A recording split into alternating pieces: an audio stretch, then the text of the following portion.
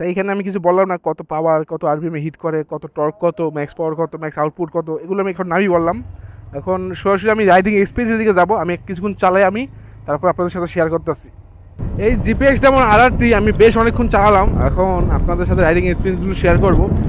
First of all আমি rating দিয়ে আমি শুরু করতে চাই। এইগুলো রেটিং 10 আউট অফ 10 দিব। প্রথমে হলো গিয়ে লুকিং। যেহেতু বাইক কিনবেন অবশ্যই স্পোর্টস বাইক, লুকিংটা আপনার থাকবেই। লুকিংয়ের দিক থেকে এটা 10 আউট অফ, আমি 10ই দিব, বাংলাদেশ হিসাবে 10 আউট অফ 10 দিব। কারণ এটা টেল, মানে পিছের টেল থেকে শুরু করে সামনের বডি, সামনের কিট বা সামনের হেড, টোটালি একদম মানে একটা পারফেক্ট প্যাকেজ বলা যায়। যে কোনো কালার নেন, বিশেষ করে ব্ল্যাক আর রেড কালার কম্বোটা মারাত্মক লাগে আমার কাছে। জিপিএক্স যেমন যতবারই দেখি ততবারই একটা সুন্দর একটা ভাইব দেয় না, এটা একটা মানে হায়ার সিসি বাইক, এটা একটা ফিল আসে এবং এটা লুকিংটা সুন্দর। আসলে গাড়ির সাথে খুব সুন্দর মানাইছে লুকিংটা। আপনি লুকিং দেখে গাড়ি কিনলেন, শুধু লুকিং দেখে তো চালাবেন না, আপনি কমফোর্ট খুঁজবেন। যদি কমফোর্ট খুঁজেন তাহলে না, এটা কমফোর্ট আমি রেটিং দিবও না, অবশ্যই কমফোর্টে আমি রেটিং দিব না, কারণ কমফোর্টের বাইক না এটা। নাম্বার 3 পারফরমেন্স হয় আপনার পিক আপ থেকে শুরু করে ব্রেকিং, টোটালি পারফেক্ট মনে হয়েছে। কোনো সমস্যা নেই কোনো জায়গাতে, যেহেতু ডবল চেইন ABS RR-এ আরও একটু কমফোর্টলি রাইড করা যায়, প্যারা নাই। পারফরমেন্সের দিক থেকে রেটিং দিব আমি এটাকে 8 আউট অফ 10। একটু দিব কারণ এটার চাকা একটু চিকন দিছে, আর যদি একটু মোটা দিত আর একটু ভালো ফিডব্যাক পাইতাম। যদি মাইলেজের কথা বলি, আপনার গাড়ি থেকে মাইলেজটা আপনি মোটামুটি 25 প্লাস পাবেন, 30 প্লাস নাও পেতে পারেন। 30 মানে 25 থেকে 30 আপনি ধরে রাখেন, তারপরেও এত কম মাইলেজ এটা যায় না। কিন্তু এটা টপ আছে, এই গাড়িটার টপ কিন্তু ভালো টপ। টপ আমি নিব না এখন, অবশ্যই টপ নিব না। এই যদি আমি এটা মাইলেজ হিসাব করি, তাহলে মাইলেজের রেটিং হিসাব করলে রেটিং দেওয়া যাবে এটাকে কমফোর্টের মতো। এটাও আমি রেটিং দিলাম না, কারণ মাইলেজের রেটিং আপনার নিজস্ব মতামত। তারপর দেখো যে সমর্থ টাকা, সেই বোঝানোর টাকা আছে এটা কিনা, তারা মাইলেজ নিয়ে টেনশন করে না। আমি যদি বলি সর্বপ্রথমে লং লাস্টিং, হ্যাঁ গাড়িটা লং লাস্টিং প্লাস্টিক বিট হলো, এটা প্লাস্টিক কোয়ালিটি যথেষ্ট ভালো। রিসেল ভ্যালু কেমন, হ্যাঁ আপনি যদি বাইকটা নতুন কিনেন, আমি এখন বর্তমান দামটা আমি জানি না, আপনারা যদি আগে চাইনিজ বাইক ইউজ করছেন তার থেকে বেশি রিসেল ভ্যালু পাবেন, এটা শিওর। কারণ জিপিএক্স ডেমনটা বর্তমানে একটু অ্যাভেলেবেল হয়ে গেছে, এটা পাসপাতি অ্যাভেলেবেল হয়ে গেছে, তা নিয়ে এখন কোনো টেনশন নাই। তবে এখন দিন শেষে এটা কিনা ঠিক হবে কিনা আপনার জন্য। যদি আপনি অ্যাজ এ বাইক লাভার হন, তাহলে আপনি বাইকটাকে চালান, তাহলে আপনি বুঝবেন আপনার কোন দিকে ঘাটতি আছে। আর যদি লং ট্যুরে হিসাব করেন, তাহলে ভাই এই সব বাইক দিয়ে আসলে স্পোর্টস বাইক দিয়ে লং ট্যুর হয় না।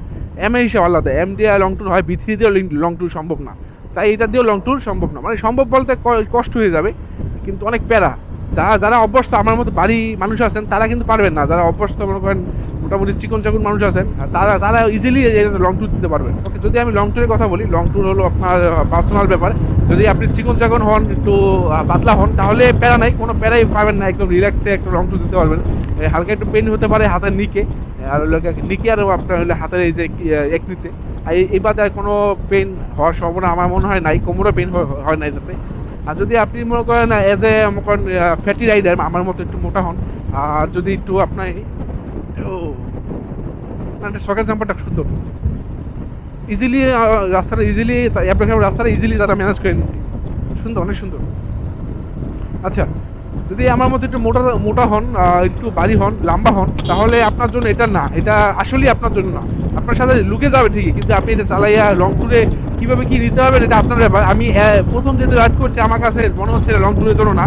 আমার হাত অলরেডি লাল হয়ে গেছে, দেখতেই পারতেছেন। আমি একটু পেন ফিল করতেছি, কখন বাইকটা আমি রিভিউ শেষ করে অন্য বাইকে ধরবো।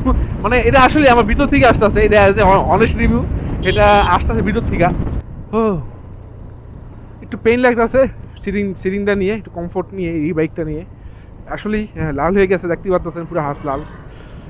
আর পিছেতে বসে আছে তার অবস্থা খারাপ, মানে এইটার পিছে পিলিয়নের অবস্থা অনেক বাজে হয়ে যায় রাইডারের থেকেও। রাইডারের তো শুধু হাতটা একটু ঝামেলা করে, মানে লাল মাল হয়ে যায় যে প্রথম রাইড করে। আর যদি ট্যুরের মধ্যে যে কেউ পিছে বসে থাকে, তাহলে তার অবস্থা আরও বেশি খারাপ হয়। এটা মানে সে লড়তে পারে না ওই জায়গায়, মানে পা কী আর বলবো, এটা আমার অবস্থা খুবই খারাপ। দেখি টোল না দিয়ে যেতে পারি কি না, সম্ভাবনা আছে যাওয়ার। বাসিটি বলে ছেড়ে দেয়,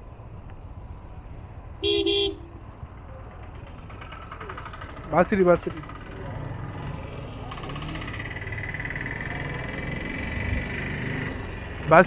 করে ছেড়ে দিচ্ছে। কারে কারে ধরছে, হনেস্ট রিভিউ দিই, তাহলে এটা গাইড কেনা ঠিক হইব কিনা এটা আরও পরে বিবেচনা করবেন, আপনার নিজেরা বিবেচনা করেন। আমি বলবো এটা অ্যাজ ইউজুয়াল পারফরমেন্সের দিক থেকে টপ নচ, এতে কোনো সন্দেহ নেই। 10 আউট অফ 10। আপনার লুকিংয়ের দিক থেকে 10 আউট অফ 10, আর কমফোর্টের দিক দিয়ে 0। জিরো বলতে আমি দিলাম, মানে নীল দিলাম, কোনো রেটিং দিলাম না, এবং মাইলেজের দিক দিয়ে নীল, মানে কোনো রেটিং দিলাম না। এই হলো আমাদের এটা review, as a honest review.